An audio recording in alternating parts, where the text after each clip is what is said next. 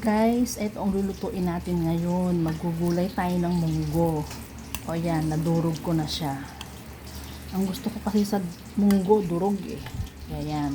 Kaya pagkalaga ko niyan, dinudurog ko na kaagad dyan para malambot pa. Kasi pag lumamig, matigas na yan. Mahirap durugin. Ito guys, ang ingredients ng aking gulay na munggo. Siyempre, sibuyas, kamatis, pork, nilagyan ko na yan ng paminta, hipon, dahon ng ampalaya at malunggay, at ang hugas bigas. Yan ang aking sasabaw. Ito guys, ang ating kawaling paggigisahan. Mainit na siya. Ayan, lagyan natin ng mantika. Tapos, ito naman ang aking boneless bangus. O yan. Babaliktarin ko na yan. Pero wait lang guys. O yan guys, nabaliktad ko na.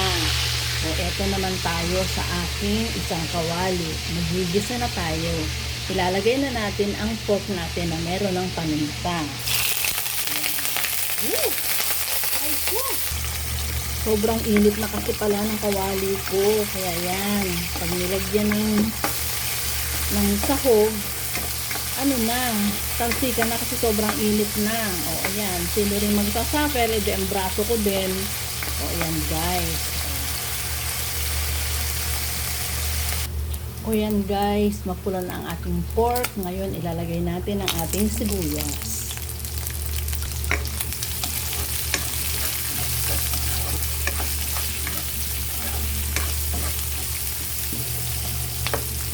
Ngayon, ilagay naman natin ang ating kamatis.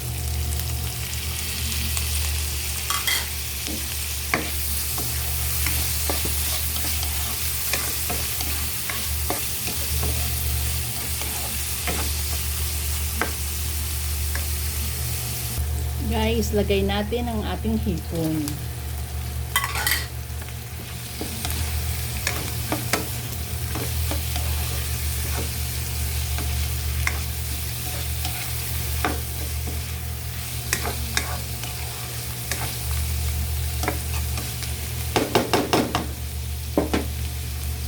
Ngayon guys, lalagyan natin ng patis. Okay.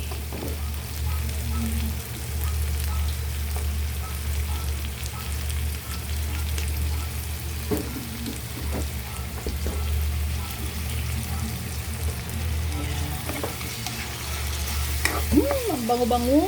Kung andito lang kayo, maamoy niyo kung gaano kabango.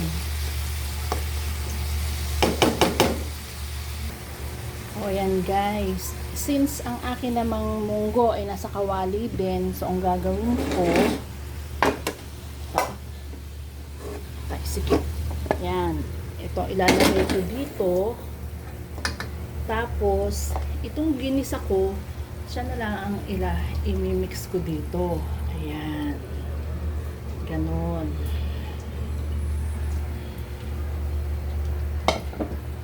Wait lang guys, hahaluin ko ha. Kailangan ko ng 2 kamay. Baka sasabihin guys, nasa kawaling pinaggisahan ko ang lasa. O, so ganito ang ating gagawin. O, lagyan ng konting tubig bago ilagay dyan. O, sumama na rin yung lasa niya, diba? Ganyan tayong mga nanay. Maparaan. Eto guys, lalagyan na natin ng sabaw ang ating gulay na munggo.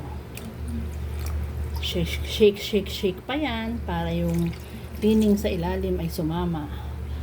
Ayan.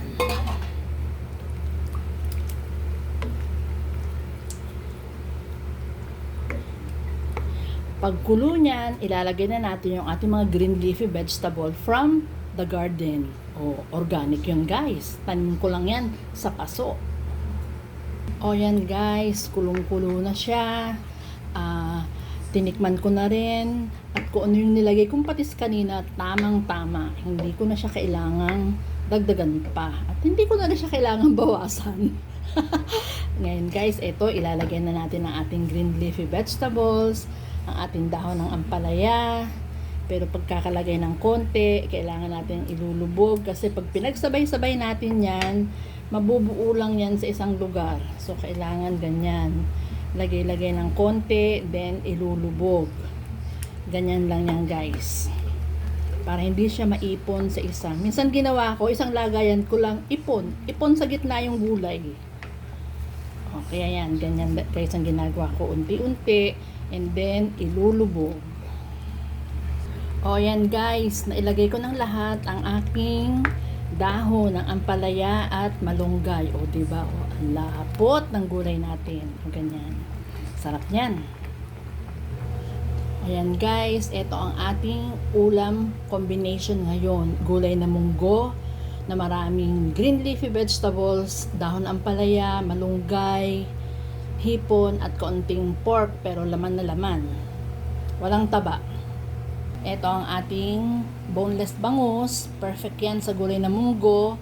And then, ito yung leftover food na tinake out namin kagabi sa labas kasi hindi ako nakapagluto. O ayan, isang buong fried chicken, spare ribs, at crispy pusit.